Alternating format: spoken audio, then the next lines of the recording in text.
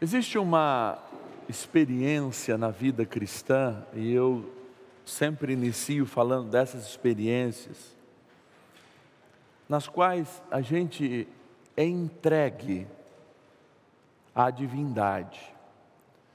Que diferente do que foi no tempo de Jesus, quando nós poderíamos até duvidar da existência da divindade, mas ver os sinais que a divindade trazia.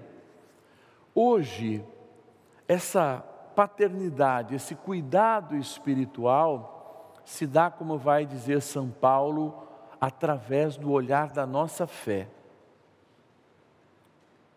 A fé, ela abre uma perspectiva para aquilo que a gente não vê, mas que existe como essencial. E São Paulo vai dizer, o que é essencial é eterno, e o que a gente vê passa. O que a gente vê engana a gente, e o que é essencial, se a gente não mergulhar no que é essência, ou seja, neste olhar da fé, a gente também se perde. Por que eu estou dizendo isso? Muitos de nós acreditam que a nossa humanidade é vã. Acredita que a nossa humanidade, as experiências que a gente passa, de fato não são capazes de fazer com que, de algum modo, a gente encontre a Deus. E essas realidades passam para a gente, por vezes, desapercebidas. Aqui nós sempre falamos do sofrimento, que não é uma ode, não é um elogio do cristão o sofrimento, mas ele é a possibilidade de um caminho, de um altar de encontro. Como a gente diz sorrateiramente, se não é pelo amor, é pela dor. Padre, o que o senhor quer dizer? Deus se apresenta de Pai para ser um Pai de verdade. E é por isso que ao olhar para Deus, e Jesus está falando isso no finalzinho do Evangelho, a única maneira de nós enxergarmos o Pai é de fato enxergando o próprio Cristo. Por que nós somos chamados a olhar para o Pai, olhando para o Cristo? E existe uma carta de São João Paulo II chamada Redemptoris Mission, que diz o seguinte: Jesus é o rosto humano de Deus e ao mesmo tempo é o rosto divino do homem. Por que olhamos para Jesus para reconhecer verdadeiramente o Pai? Por que conhecer a Jesus para conhecer verdadeiramente o Pai? É aí que está. A nossa relação com a nossa paternidade terrena faz com que a gente projete para Deus, muitas vezes, o Pai, a rejeição.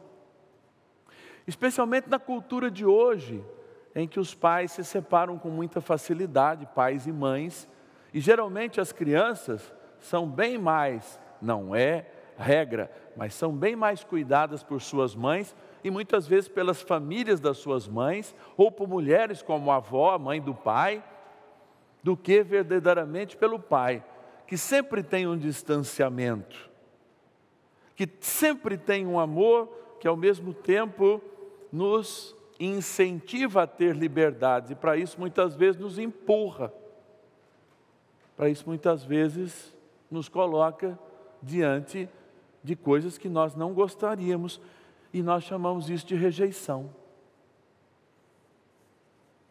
Vejam, se no momento do nosso nascimento o corpo da nossa mamãe não nos rejeitasse, nós não estaríamos vivos. Porque o útero tem um momento que ele diz assim: não é possível mais desenvolver a tua vida aqui. Vai e vai chorar agora, porque o teu primeiro sofrimento é um ar frio que vai entrar pelas tuas narinas e fazer arder o teu pulmão. E aí a gente chora. E se não choram, dão um tapa no popô da gente. Depois, a primeira dinâmica é que a gente não sabe comer. A gente não tem nenhuma bactéria ajudando a nossa digestão. E aí nós vamos, se a gente tem uma mamãe com leite, mamar o colostro. o colostro vai dar inúmeras dores de barriga na gente, quando está lá nenenzinho. Por quê? Porque ele vai estar formando a nossa flora intestinal, a flora que existe em todo o trato digestivo. De novo é sofrimento, de novo é dor. E será que isso é rejeição? Ou que é, de fato, aquilo que nos faz ser aquilo que somos? Eu estou falando isso do ponto de vista biológico, como eu sempre uso esse recurso, porque todo mundo aqui, e a maioria de quem nos assiste já foi mãe, sabe como é o nenê, que ele não está acostumado nem com o dia nem com a noite, então ele está todo desregulado lá. Então, 3 meses ele pensa que a noite é dia, que o dia é noite, etc. e tal, e os pais têm que estar preparados para aquele momento de insônia nos 3 meses, não adianta, pai e mãe têm que repartir isso, não adianta, é sofrimento. E não é à toa que hoje uma geração que não gosta de sofrer não quer ter filho, porque escutou das suas mães, isso é o padecimento do paraíso. Ou seja, é não aproveitar o paraíso que é a vida e muitas vezes padecer pela dor. Mas por que eu estou dizendo isso? A dor faz crescer. A dor faz com que a gente fique forte. Não é acertando que a gente vai aprender, é errando. Porque é errando que a gente se corrige. E é por isso que Santo Agostinho diz uma frase que a gente canta por ocasião, e eu gosto sempre dela, canta por ocasião da proclamação da Páscoa: bendito o pecado que nos trouxe tamanho Salvador. E eu diria mais: bendita a dor que nos trouxe tamanha energia, tamanha força para sermos aquilo que nós somos hoje. Porque se como igreja nós dependemos do testemunho de Inácio e seus 39 companheiros, que desejosos de evangelizar o Brasil, são parados no início do caminho, 1/3 do caminho, a Ilhas Espanholas das Canárias, mortos por causa do evangelho que nós recebemos gratuitamente, e não somos mortos, repito, para estar inclusive em rede nacional proclamando a nossa fé. É porque a força da Eucaristia, a força dos sacramentos, conta com a força humana. E o nosso desenvolvimento humano é importante para que a gente estabeleça com Deus uma ponte de verdade, uma ponte de sinceridade, uma ponte de maturidade. E essa ponte de maturidade é justamente colocar-me a serviço de Deus, diminuindo o seu sofrimento. Uma certa vez, eu tinha muita dificuldade de ler a respeito de uma santa que fala de uma intimidade com Deus muito grande. E ela dizia assim: passei a tarde consolando o Senhor. E eu ficava imaginando, mas como é que algum ser humano, mesmo sendo considerado santo, passaria uma tarde consolando Jesus? Jesus precisa de consolo? E aí eu fui ver o que é a palavra consolo. E ela já fala o que ela é com chão.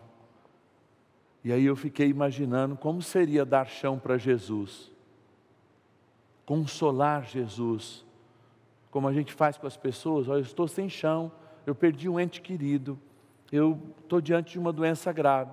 Você vai e consola a pessoa, o que você dá para ela? Suporte, chão. E aí eu consegui entender que esta santa que fala do coração misericordioso de Jesus, quando ela fala que ela está consolando o Senhor, ela na verdade consola o meu coração com o coração misericordioso de Jesus. Mas não tira de mim aquilo que eu preciso viver para que de fato, olhando para Jesus, eu possa enxergar o Pai que eu não enxergo olhando para o meu Pai na terra. O nome de Deus para nós é Pai, Filho e Espírito Santo. É um Pai porque cria, é o Filho porque é o nosso irmão e nos salva, é o Espírito que dá continuidade a esta obra. O nome de Deus não é o nome do psicólogo, nem tampouco daquele ou daquela que nos auxiliam como advogados ou como médicos. Não, o nome de Deus é Pai, Filho e Espírito Santo. É um Pai que nos dá tudo, é um Filho que, por se fazer imagem em irmãos que sofrem, conta com o nosso consolo mútuo, e assim nós o consolamos, e é um Espírito que precisa ser proclamado, para que ele chegue aos confins da terra. Diante disso, e diante do reino de Deus, nós assim não assumimos mais aqueles que precisam, mesmo precisando, mas aqueles que se responsabilizam pelo reino. Volto a Inácio. O Brasil tinha bispos que eram responsáveis pela sua evangelização, tinha missionários, mas Inácio toma atitude. Eu vou até Portugal e vou chamar mais gente, vou convencer pessoas para evangelizar o Brasil.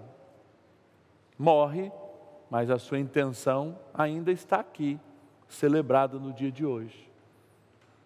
Ou seja, ele não ajoelhou e falou assim: vou pedir que caiam dos céus vocações, que os índios se convertam e a gente vai fazer esse trabalho. Não, eu vou buscar onde tem gente, eu vou fazer o que é viável, porque quando eu faço o que está ao meu alcance, Deus faz um milagre que me pertence.